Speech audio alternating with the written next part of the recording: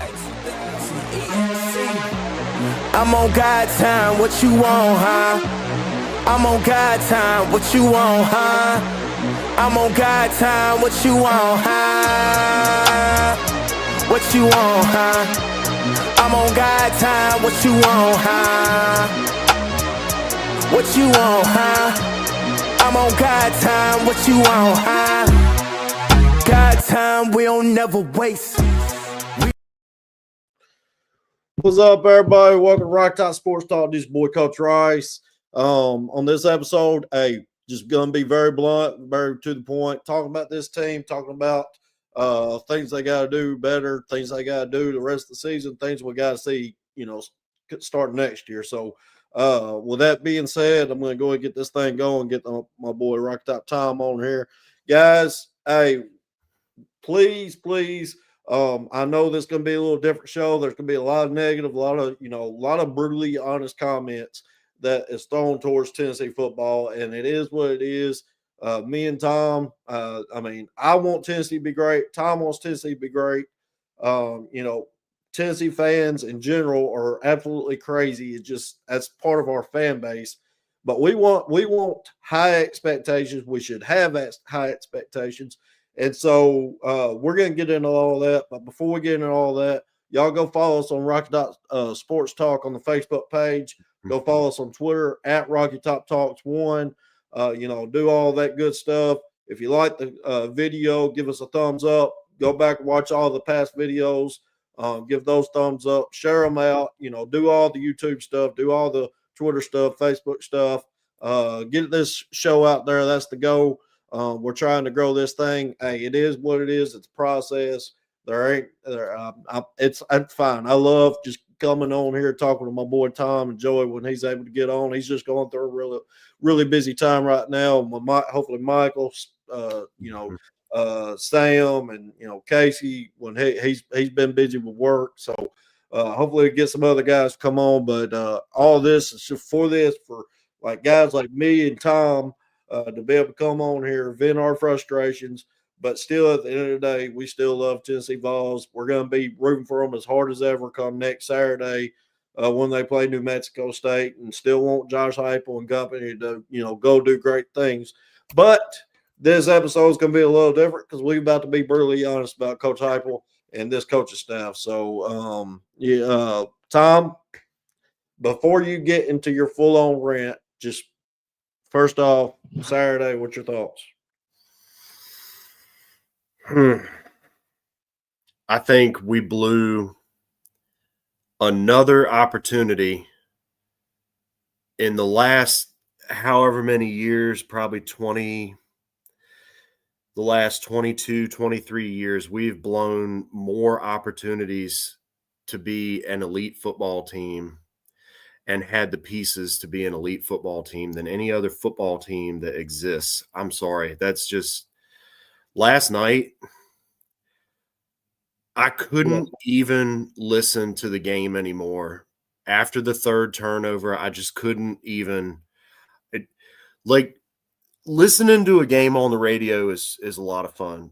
But when it's not going well and all you're hearing over and over are the things that people are seeing either in the stadium or on TV, it's the same kind of pit in the bottom of your stomach feeling. It's just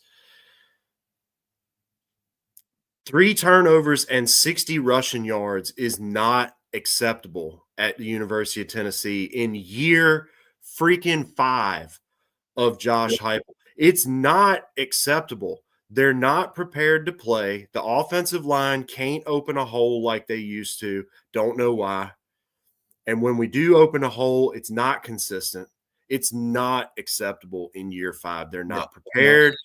They are not making plays individually. They're not making plays as a team. That's the thing that's been missing. I thought a lot about this year. Individuals are making plays.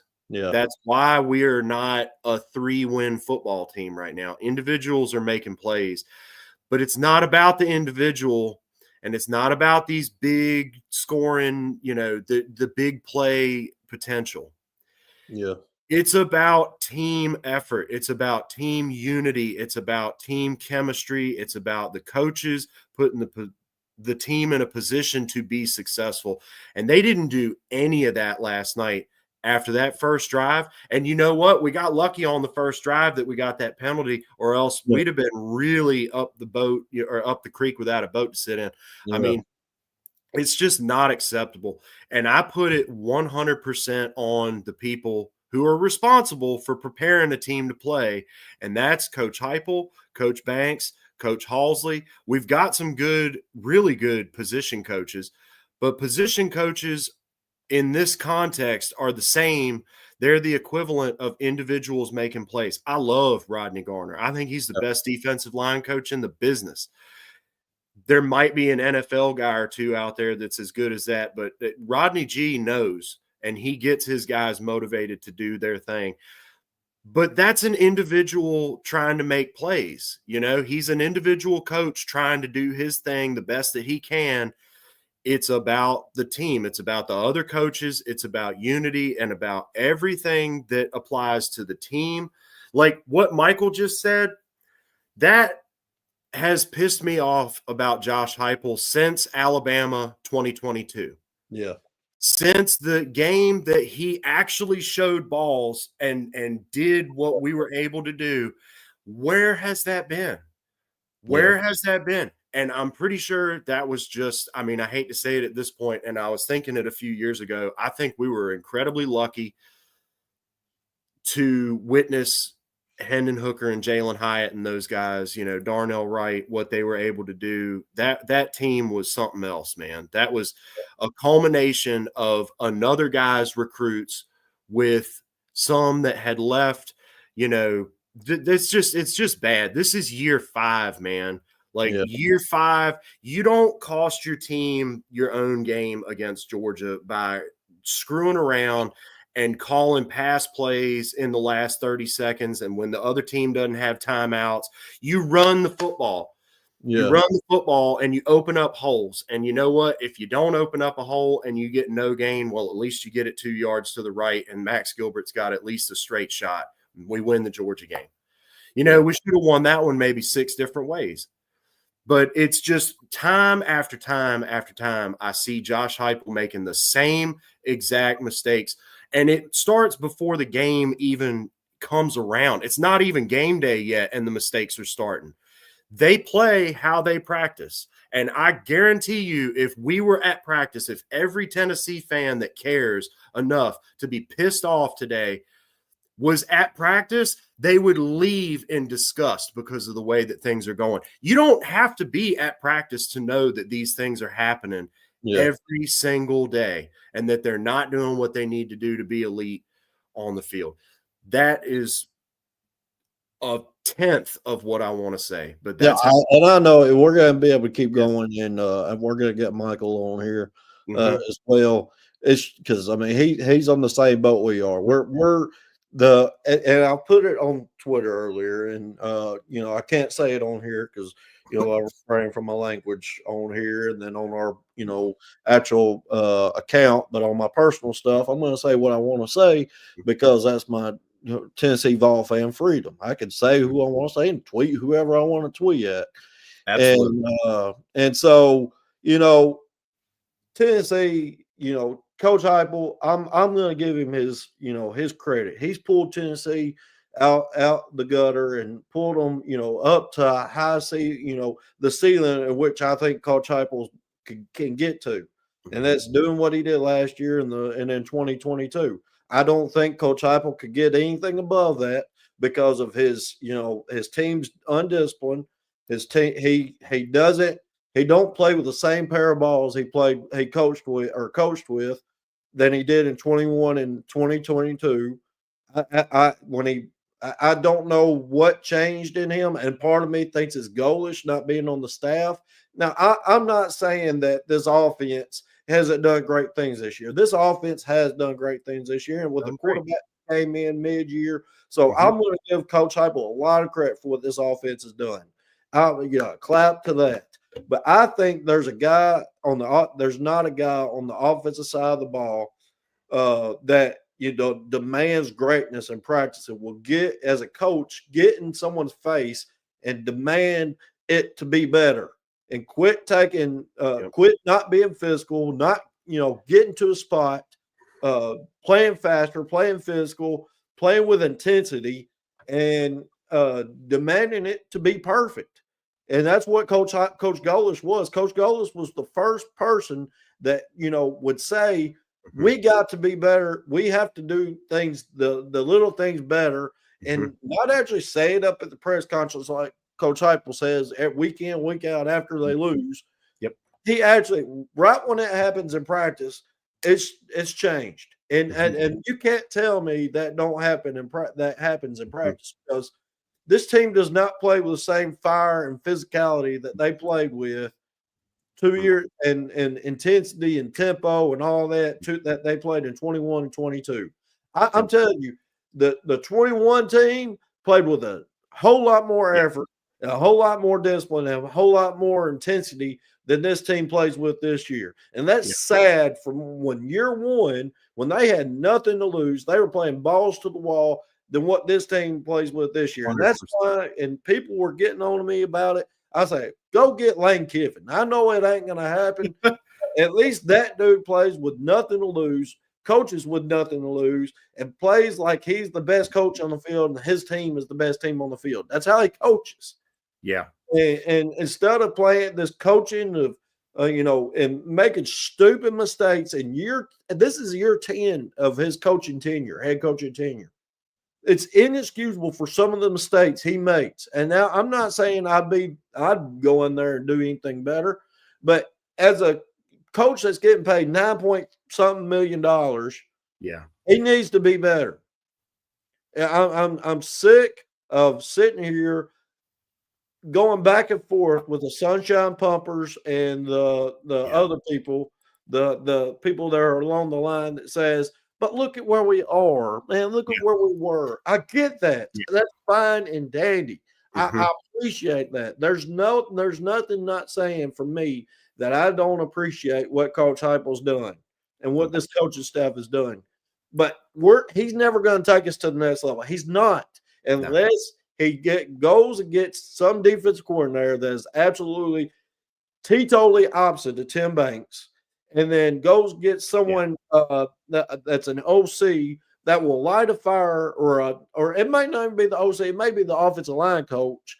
Yes, he may have finally started hitting in the recruits, but he ain't doing a dang thing when we play elite teams that's protecting our quarterback. I'm sick of it. I am absolutely sick of it. When I got into it with the guys on Twitter. I'm not ready to fire Heupel. Neither are they. But at the same time, they're sitting there saying they're comparing Josh Heupel to what maybe can be. I'm saying I think Coach Heupel is our Mark Richt. I'm just going and saying I think he is our Mark Richt. Can he get it? Can he get us over into the promised land? I don't think he can. I think we're a Kirby Smart away. Yeah. And I hate to compare that to that, but I just think it's the case. Now, I'm not saying I want to fire Coach Heupel right now, but at the end of this season, if he don't go fire some of his pathetic ass coaches, friends, like Tim Banks and Glenn Ellerby, that aren't doing the job, and Willie Martinez, I'm sick of it. I am absolutely sick of it. And you have to get better and expect greatness. If you don't expect greatness, then what are you doing? You have no calling for what you're doing. If you're just okay with 9-3 and 8-4, and every once in a while getting lucky, and the schedule being a piece of cake like it was last year, and going getting 10, 11 wins, okay, that's fine. But with the money and the facilities that this Tennessee staff has available to them, there is zero excuses for this team not to be playoff bound year after year after year. Yeah, you're exactly right. You're exactly right. And the thing that pisses me off the most is the potential that is being wasted the momentum that was wasted and is still being squandered over the last 3 seasons. I mean, it absolutely, and it was wasted the night we lost to Carolina 3 years ago and cost ourselves a spot in the SEC title game. Yeah. It started with squanderance that night. And yeah, the rest of the schedule was a piece of cake. Missouri was a pushover. Vanderbilt was a pushover. We walked through Clemson because they were not the same Clemson team that they were the year before or 2 years ago, really not the same team they were. But it started then. I think that you're a history teacher, George McClellan. Yeah. Great organizer. He built the Union Army of the Potomac into what it was, but he couldn't use it. His peninsula campaign, I know we're talking football here, but his peninsula campaign was absolutely a disaster because he didn't show balls and he didn't do anything that needed to be done and was just full of himself. Now, Heupel's not full of himself. He's not the guy that's going to get in somebody's face like you were talking about. I would not want to piss off Alex Golesh. No. I would not want to piss off Alex Golesh as a player. That dude's going to grab you and tell you something, you know?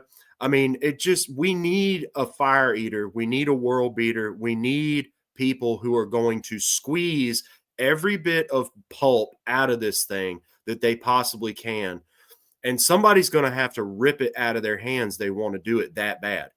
You know, I agree with you. I think Josh Heupel was a great players coach. He was a great, get us over the hurdle. I mean, get us through that. He instilled in excitement and everything. You know, he brought something fresh. Like Cornbread wasn't running stuff that he could have drawn up. You know, I mean, look, and we don't know if Jeremy Pruitt hadn't been the world's biggest idiot. Maybe things would have been a little bit different, and maybe he would have been able to win 9 games or something like that the next year. Who knows? We won't. We got Josh Heupel. He really did a number. That first year, I think that first year was his team's best year. Yeah. The performance that they put up in 21 with the lack of guys, the X's and O's were there, but the Jimmies and Joes were not. And they played their asses off. If that, like what you said a few minutes ago, encompasses Josh Heupel's entire existence at the University of Tennessee, if he could get 1/10 of the effort that the 21 team put on the field, 1/10 of the effort, all that would take, then this team might have one loss, maybe. Zero. I'll tell you right now, 0. And with the other thing that you brought up, the second thing that pisses me off almost as much. I mean, it's touching it. You know, this right here, it's touching it. It's bumping it up, actually. It's raising the tension level. The argument of fear as to why we should not, like, I totally respect how you feel about Josh Heupel, but I know that you understand why you feel that way, that you're not ready to fire Josh Heupel. So many thousands of Tennessee fans are saying, but look at where we were 6 years ago. Look at what we're going to go back to, guys. Like, I'm so tired of hearing that so stupid argument that's like, well, look at where we came from. You know what? Okay, look at where we came from. But look at what we're doing now with so much talent. We got more talent than you could. A room full of prom queens doesn't have that much talent. You know, I mean, I'm telling you. And we're just sitting here squandering it. And people are saying, well, you want to go back to 5-7? No, I don't want to go back to 5-7. What kind of dumb question is that? And people who think they invented YouTube are out there talking about, oh, well, people who think that we ought to fire Josh Heupel and want to go back to the dark days, you know, that kind of garbage, it's sickening because it insults people it does. It insults people's intelligence. You know, it's rotten. I know it's rotten. The guys in the locker room know it's rotten, and that's what's really bad. And it's got to stop. It's got to stop. The exodus of players over the offseason, that was a big indicator of things that were to come. That exodus out of that locker room with dudes making freshman all SEC, Jalen Smith leaving. That doesn't happen if it's not a bad situation on some level. Nico, and then knowing the Nico situation is a little different. and then there's other like the Jacoby Thomas situation. There's a lot there that just don't make guys that like Jacoby Thomas bled. He wanted to play for the power T like it was not like more than anything. And so that's something that don't make sense to me. But it's more than that. And I'm right there with you. If they were to fire Coach Heupel right now, I wouldn't blink an eye. I just wouldn't. But at the same time, I don't want that to happen. I want him to get out the rest of this year, go fire Evan Crabtree, stupid self.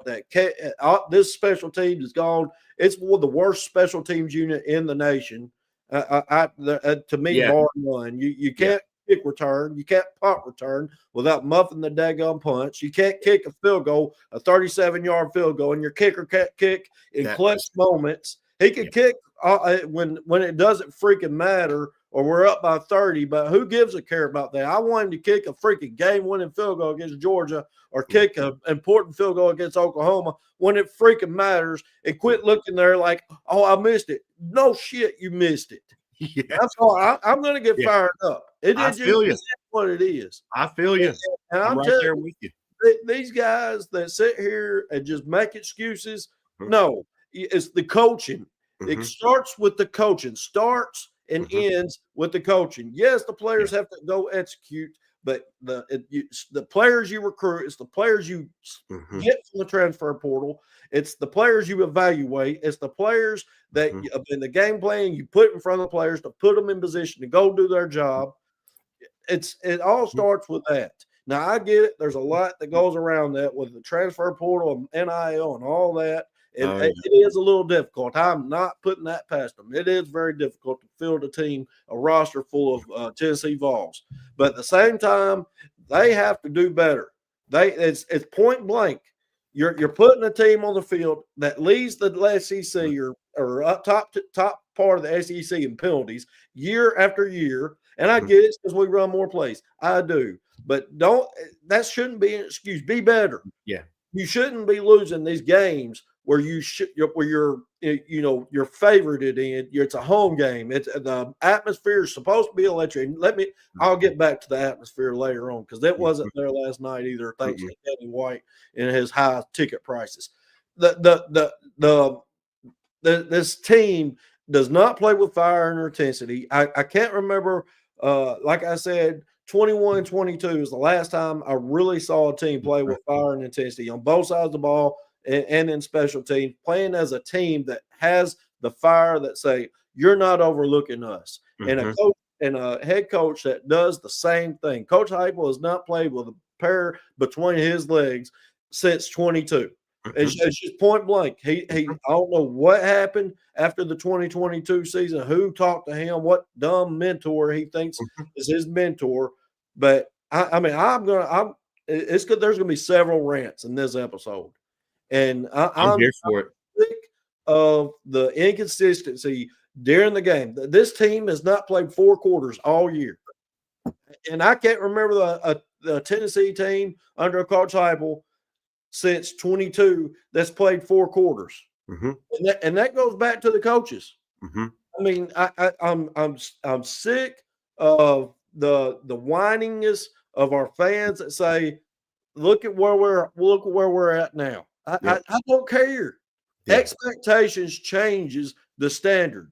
I mean, when you have 11 win season, you have playoffs, and I get it. I predicted 9-3. That's fine. And then you go 9-3, you go play great football, and you lose to better football teams. That's different. Yeah, but you go and get 9-3, and you lose 3 games that you should have won those 3 games, and you lost because A, your coaching staff did not have you prepared. B, lack of effort, and C, undisciplined. Yep, like it's inexcusable. Inexcusable. It is. It's there's coaching malpractice going on. There's players that don't give a care, and I fully support Boo Carter's not playing him on defense at all last night. I fully support that. Hats off to you, Coach Heupel, for doing that. I will give him that because of the effort he showed the week before. That was his punishment. Yeah. And so we got to get to the comments before I let you move on. And it just builds on, and I'm telling you, y'all just get ready for some rants because it's going to happen. But Sam says the sad part is we were one missed field goal and 2 14-point swings away from being 8-1 or 9-0. That's what makes this even worse. Yes, that's exactly right. And the reason why you have those missed field goals and 2 14-point swings, because you have bad coaching call. You have a special teams coordinator that is not getting their guys prepared, because Bax Gilbert and both our kick return and our punt return have gone downhill this year with the same guys. And then, just overall team unity and physicality and playing fast. Yeah. That goes along with that. Let's see. Pastor Joey, I'm ready for something to change, even if it's not hype, but the OC and DC need to go. I agree with that. Yeah. Someone says, go grab DJ Durkin from Auburn. Yes, I'm all on either him or Blake Baker from LSU. One of those two guys. I agree. Joey needs both coordinators. Joey says, I don't understand the play calling this year. I don't understand the lack of urgency on defense. Yes. Or, I don't understand the mismanagement of the clock at times at the end of the game. Joey says it's sickening to watch. Sam says, one of my dad's golf buddies was texting with Peyton Manning last night, and he was calling for changes at the coordinators. Something's going to happen. Without a doubt, it will. If Peyton Manning's saying something, it's gonna happen. Yeah. Look, Papa Peyton's got to step in and say, "Hey, look, we got to do something here." Yeah. No one would count us as serious contenders until we become elite. And the question is, that Heupel continues to answer that year after year. Is that he can't get us there? Yeah. Keep that up for a second. He just mentioned something that makes me thirdly as sick as that's the third thing that just it's insufferable are the other fan bases. And what's even worse within this are our own fans who don't understand what it takes. Yes, this right here, what he just said, nobody will count us seriously, period. They already know on ESPN and stuff. Yeah, and that's it, because they know, okay, we beat Arkansas that at the time, yeah, they got blown out by Notre Dame. That was a fluke. If they played again today to Notre Dame, they might lose by 20 or something, but not 50. That was dumb. That was a fluke. But that's our best win, in my opinion. Yeah, we went on the road to Mississippi State. We beat a team that just beat a playoff team 2 weeks before that from last year. They beat Arizona State. Arizona State's not what they were last year. So that is not the same Arizona State team. That was not a huge win. That was Mississippi State. They're this close to having an all-time losing record in football. Like Arkansas is our best win this year. We're not serious. We're not a serious football team. They don't practice serious. They don't take it seriously. Some of the players might as individuals. But like I said earlier, you cannot be an individual on a football team making plays. Like the play that Braylon Staley made last night, breaking 2 tackles and scoring a touchdown. That was a dude making a damn play. That was a beautiful play. That was hell of a football play. That's what you need to do. But the little things like knowing your assignment, that's not a little thing to me, but it is a little thing as far as the actually knowing it, because you're supposed to know it so well that it is ingrained in you. And I know it's David's first year on the line. I know he was out for so long, but you know what? If he's going to miss a block like that on an RPO, I must have watched that play like 6 times. Just watching. How in the hell do you not know that that's your assignment? I'm sorry. How do you not know? Communication is the only way. And that's only Ellerby. Getting them prepared. Communication is absolutely the key. It doesn't matter if you're sitting back pointing at your guy. Literally, offensive lines, point at your guy. Who the hell cares if they know what the blocking scheme is going to be if you're pointing out your assignment? At least you're communicating. And if you're world beaters, then you're going to go out there and you're going to pancake the SOB. You know what? Do it. Point them out. That's why Peyton was so great for so long. He's literally pointing out, hey, you got this guy, you got this guy, and you got this guy. Oh, and they just showed us a different look. Okay, well, that's fine. You got this guy, you got this guy, and you got this guy, and we still got 15 seconds left of play clock. So I'm going to go over here and start doing some hot route audibles. Like that's communication. You've got to communicate. Yes, and what Sam just said, if David blocks his guy last night, 100%, that game's over. Like that's If that we're up because 14-0, yeah. He's That's wide it. open on the RPO coming Yep. across the middle, and Yep. that's 14-0. And you know, I think at that point the game's over with, and Oklahoma falters, and the momentum is there. But that's the little thing. That's what I'm talking about. Those little things when you're elite, when you're supposed to be an elite team, does not happen. You don't see Ohio State making mistakes like that. Nope. You don't see freaking Indiana. I know. Make those mistakes. Even Vanderbilt. Well, I don't want to go that far. I know. Indiana, a team that they're pretty much their whole team is transfer portal guys, but their coach gets them ready. And yes, I get it. Yeah, they dude. play in the Big Ten, but they beat Oregon at Oregon. At Oregon. I mean, that's that's something. Mm-hmm. I mean, I don't know what else to say that it points back to the coaching staff other than effort. And you don't play guys that or get guys on this team if their characteristics show that they're a little piece of SOB. Mm-hmm. Yeah, and you know what? I think I've thought a lot about Josh Heupel as a person. Great person, right? Really nice person. Oh my goodness. Where is he at right now? Oh, that's just a background picture. I'm in Montana. I was going to say, are you up in Idaho or Montana on a rock somewhere? No, that's from Colorado. I'm actually driving through Montana, so I can't do the video. Oh, okay. What were your thoughts about that fiasco and that horrible exhibition of discipline and football knowledge last night, Sam? What'd you think about all that? It's just another game where, all right, we've heard about Oklahoma's defense. Mm-hmm. We're playing pretty solid on offense. We go score. Sure, we got a little help, but what team doesn't? Yeah. On the PI on the first drive. Yeah. Your defense plays well. You get it back. You're going down. There's no doubt in my mind we're scoring again. Yeah. And I watched that same play again, and for the life of me, I can't understand. Mm-hmm.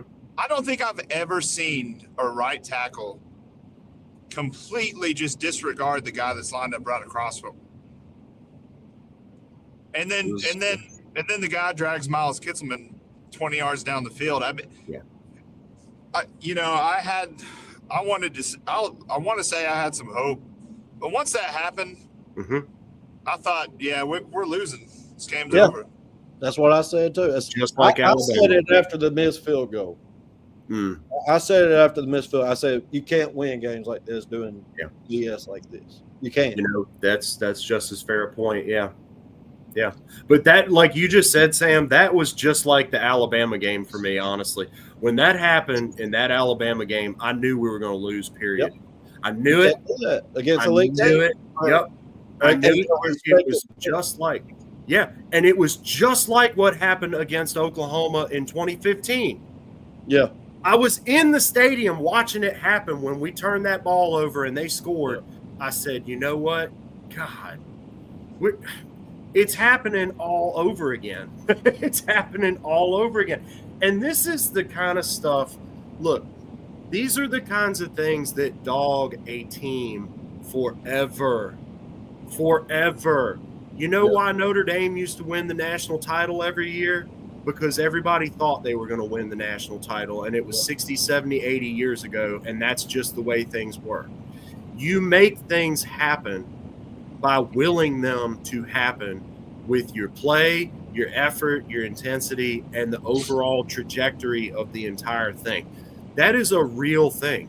That snowball effect of the intangible, we'll call it the intangible snowball effect. It's real, man. Like that kind of crap has happened to us 3 times this season with those turnovers. And it's just unbearable. It's unbearable. And at this point, it is something that could be avoided if you're coached better, you're set up in a better position, and you know your assignment. We had 3 penalties last night. When was the last time a Josh Heupel team had only 3 penalties in a game? I don't even know if they've ever had as few as 3 penalties. Maybe once. against somebody that didn't matter. That is tremendous right there. That's discipline. 3 penalties. I'm sure there were 2 or 3 that could have been called. All teams have penalties that could have been called. But that kind of squanderance is exactly what we're talking about with what this is just me. I don't think Heupel's the guy. I do think he is he's the recruiter. He's the organizer, let's get a great roster together. Let's put together a great roster of dudes. But he's not the guy that's going to discipline you the way you need to be disciplined every single time that you do something stupid, and you need to have somebody destroying your will to continue in that moment and tearing you down and rebuilding you every single time until you actually do it. You actually do it, and it has to happen. And look at Josh Heupel as a person. He's probably a really nice guy. I've never had a beer with him, but I think I would like to hang out with him at the bar and watch a football game. But I don't want him coaching Tennessee anymore. I'm sorry. I want his hands off of my Vols. Okay? Like, that's it for me. I want him gone. And yeah, we could go get Alex Golesh. We could. I hate Lane Kiffin. I hate him. I think that he should absolutely go somewhere and rot somewhere for what he put us through. But at this point, I would take somebody who is cocky and doesn't back it up like Lane Kiffin. I would take that because at least it shows cojones, and at least it's got some kind of a plan. Like, hey, look, we're going to show balls tonight, and we've got a plan, and we're going to go attack the opponent for 4 quarters. And we are going to be relentless. And you know what? It's not going to be perfect, but because we demand perfection every day in practice, it's going to be damn near perfect. And we're not going to lose these games the way that we're losing them right now in the manner that we're losing them. Yeah. So that's just me. I know a lot of people are still with Heupel. And like I said earlier, Coach Rice and I think Sam, I think most people are on the same page now. Don't fire Heupel yet. But we're questioning whether or not he can get it done. And that's the first step. Yeah. That's the first step in the downfall. That's the slippery slope. And if he doesn't do it against Florida and Vanderbilt, if we wind up going 7-5 in the regular season this year, he's gone. Gone. I'm hoping he's gone. And that brings us around to a whole nother thing. Sam, what do you think about Danny White? Yeah. I think he's a fundraiser. Yes, he's a money guy. Yeah, I actually don't agree that it. Well, to me, this season, I think it's going to be extremely hard to get the guys up for these last 3 games. I don't think there's any chance we. I don't think there's any chance we beat Florida. I think we'll beat Vanderbilt just because of the in-state stuff and what Diego Pavia said, but I think this loss is the best thing that could ever happen, personally, because it's going to force change. That's true. That's a good point. Yeah, and I do want to say this. Great point. I mean, I do want to say this. Heupel has shown an ability to change. Yeah. Yeah, he has, and I think he will. I think there's a lot that Coach Heupel is going to sit back and reflect. I mean, he went back in this offseason and changed his offense, so I will give him credit. He's done some stuff, but you gotta have enough cojones on you. Like, this offensive line is not doing good enough. Our running backs we have 3 talented, uber talented running backs. And our rushing game is non-existent right now. Non-existent. Yeah. And I think there's several things that go hand in hand there. I don't know if it's Glenn Ellerby. I don't know if it's, what we're doing in practice. I don't know. But we're not physical at the point of attack in our rushing game. We're going too much side to side. We're not downhill like we were in 21 and 22. 21 and 22, and there's just a lot that I don't agree with what's going on offensively. Even though the pass game has made massive improvements because you actually got a quarterback that can deliver the ball down the field. That's the biggest change. But, I think the biggest change that we have to see this offseason, and to me, these last 3 games, I don't give 2 rats about. I'm going to watch them. The Florida Vanderbilt game, I'm going to care about a little bit because the rivalry games, if we lose them, I'll be pissed off as ever. But, you have to make changes when changes are needed. And this defensive coordinator has to be gone. Yeah. The offensive line coach has to be gone. I don't care what he's done recruiting. You look at the running game, you look at the pass game, you look at pass protection. All of that is part of the offensive line coach's job. Mm-hmm. Is to get his players ready. Yes, we've led the nation and SEC in rushing.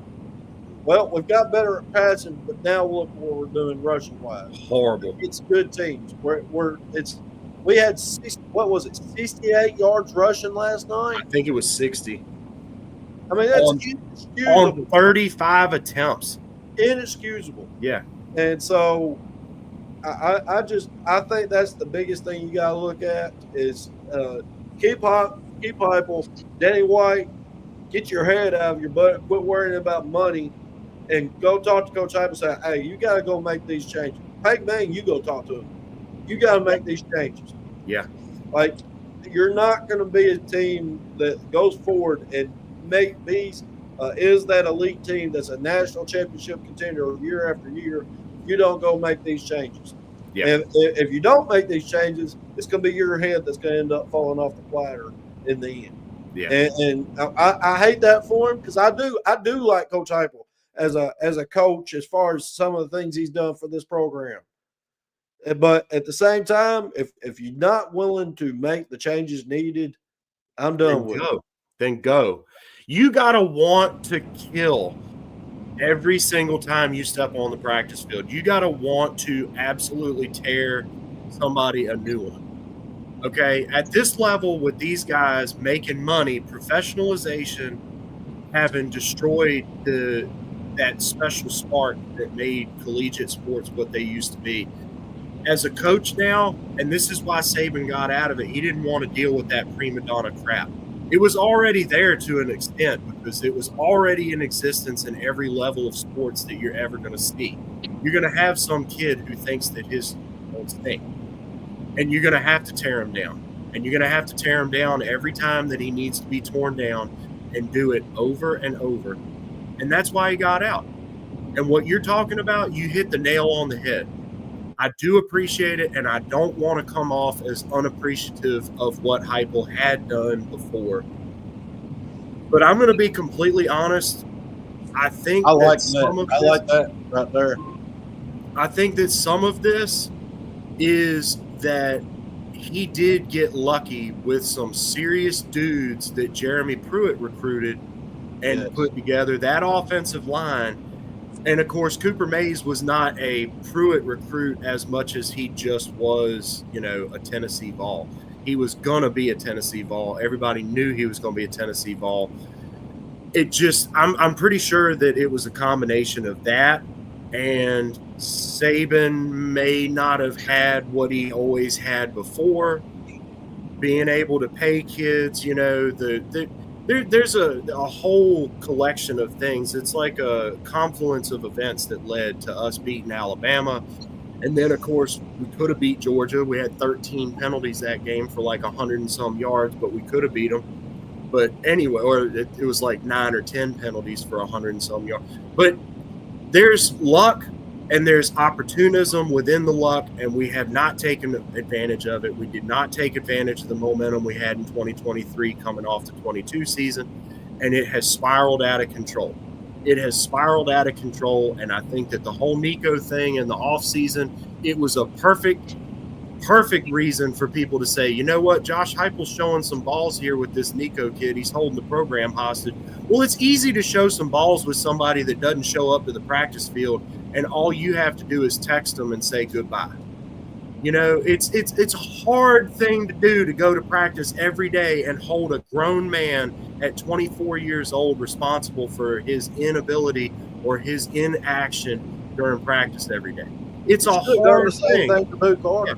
And it's a hard thing to dismiss a player or to discipline a player and truly discipline them, not just make a show of it in today's world of, like I said, prima donna-ship of, oh, well, you're going to not practice this week and you're not going to have your jersey on. You're going to have a helmet that's white and it doesn't have a T on it. That's crap. I'm sorry. That was crap.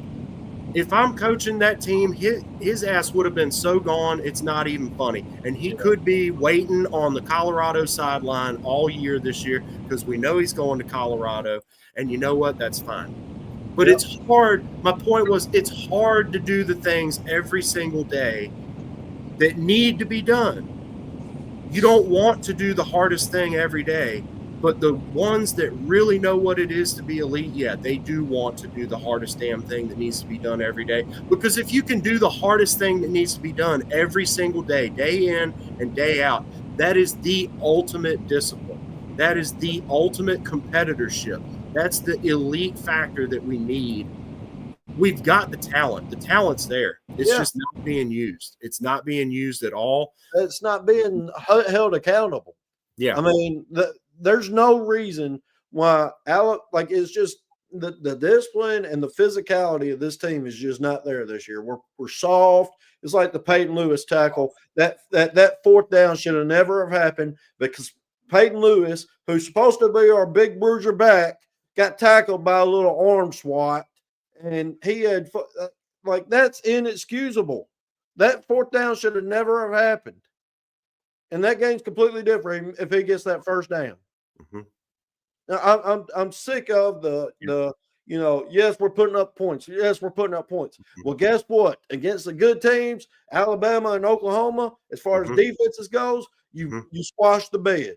Yep. Now, Georgia, I don't know what the difference was at Georgia because we lost Samuel. No, I know exactly what you're going. You're right.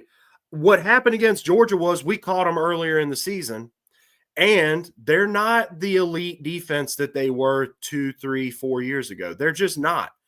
They are not that elite team defensively that they were. And we caught them snoozing, and they thought they were going to walk into Neyland again and piss all over our boots again.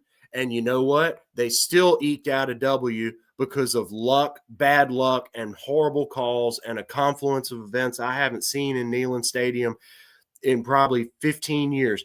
But that's what happened with Georgia. Yeah, that's what happened with Georgia. And you know what? You hit it on the nose 5 weeks ago when that Georgia game had. That was 5 weeks ago, wasn't it? Something like that. That game should not have happened that way, but it did. And I love what you followed up with when you said it. Now you got to go and pretend that it didn't happen and play the rest of the damn season like you're still an elite team and put it behind you. Yeah. Like, I'm a fan. I'm not a player anymore. I'm just a fan. And I can't put those kinds of things behind me. It sticks in my craw, But these players and these coaches, they've got to put it behind them. And they've absolutely let that Georgia loss destroy the rest of the season. Yep. Absolutely. Sam, you there, brother? Yeah, I'm getting spotty service here and there, but I got you. Well, we're fixing to wrap up this show. Give me your last take about what we need to see the rest of the season from this Tennessee Volunteer staff and players. Well, I don't even care about the rest of the season. I think this was a great example for us.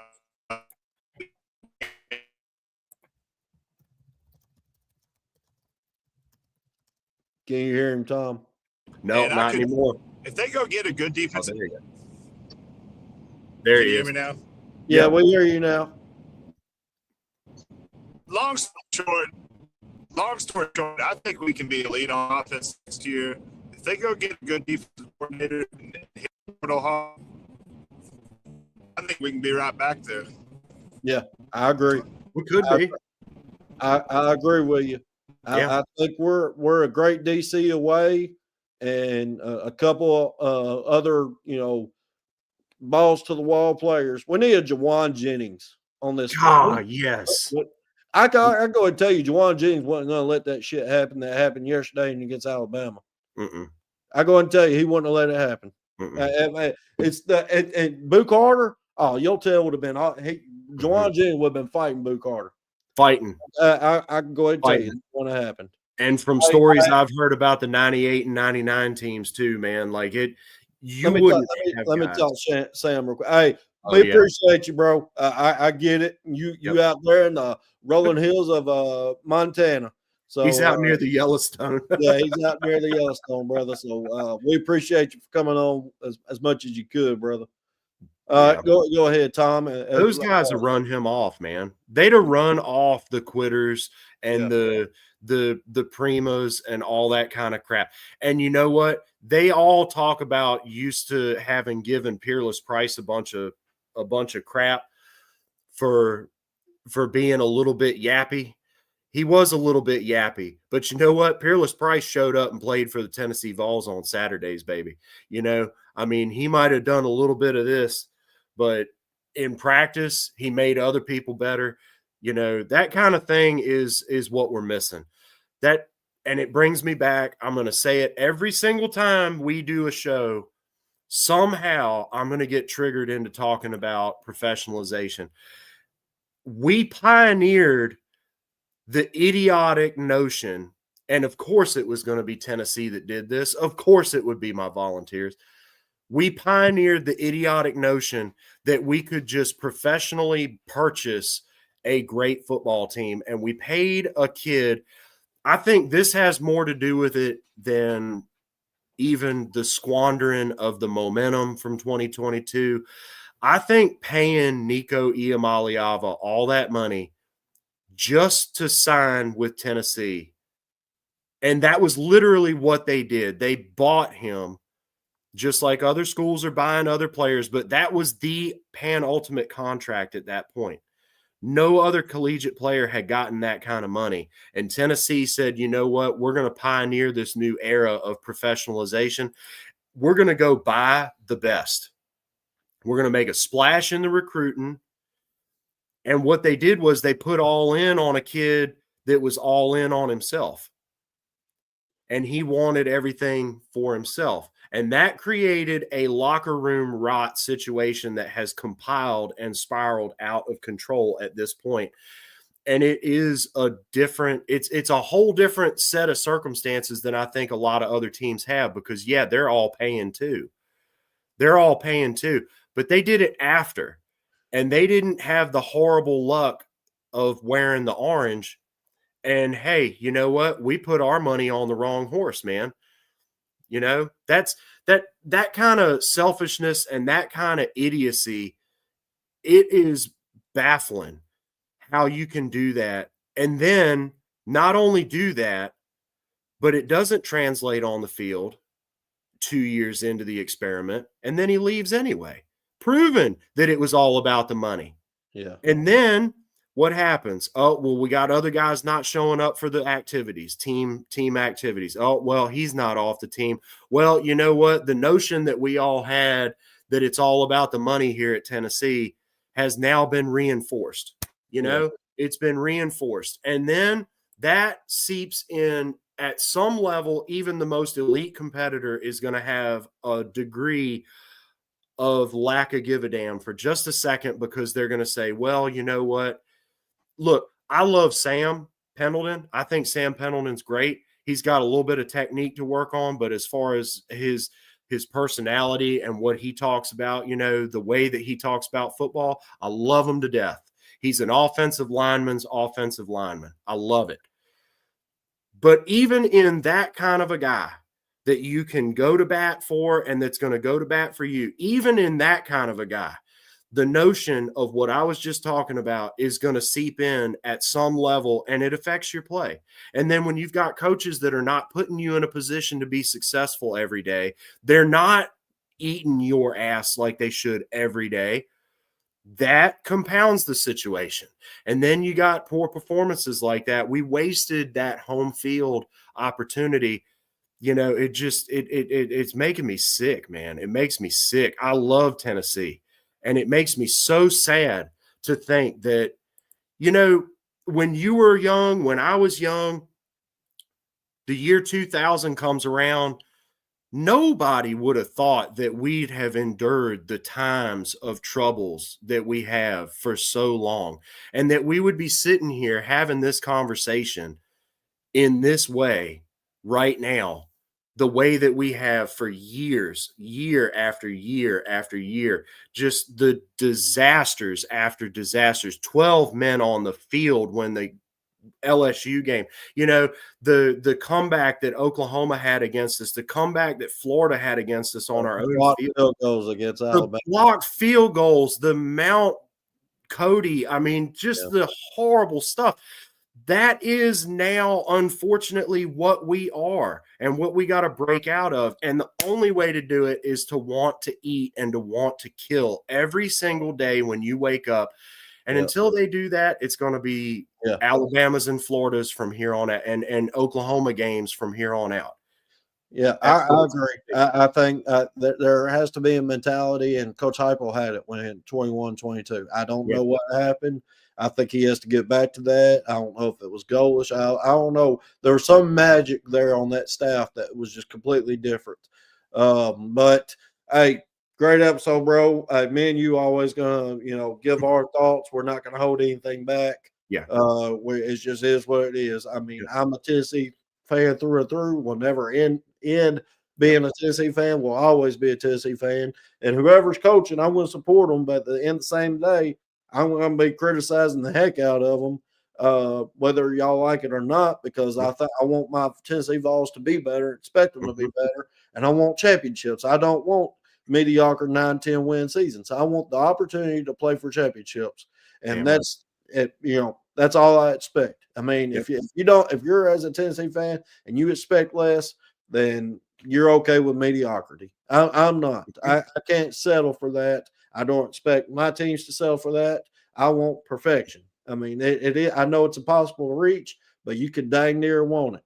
So, you know what? You can get this close to it. You can get that close to perfection. I can't get this thing to work. Look, here's perfection, and you can get right there against. You can have the perfect record. You can have the perfect record. So that is perfection. So, but hey, like I said, always representing the power team. Both of us will be proud of it too. I dare some type of Alabama fan or someone try to talk trash to me tomorrow or whenever. I'm going to represent I'm going to fight for my power T. So that is what it is, man. So y'all have a great one. As always, y'all go follow Rocky Top Sports Talk on Facebook. Post on there whenever we're going live. Go follow us at Rocky Top Talks 1 on Twitter. Post on there, communicate on there, and then I post our personal accounts that we, really get into, telling how we feel on those accounts. So y'all have a great day. Have a blessed day. And as always, go Big Orange and go Vols. Go Vols.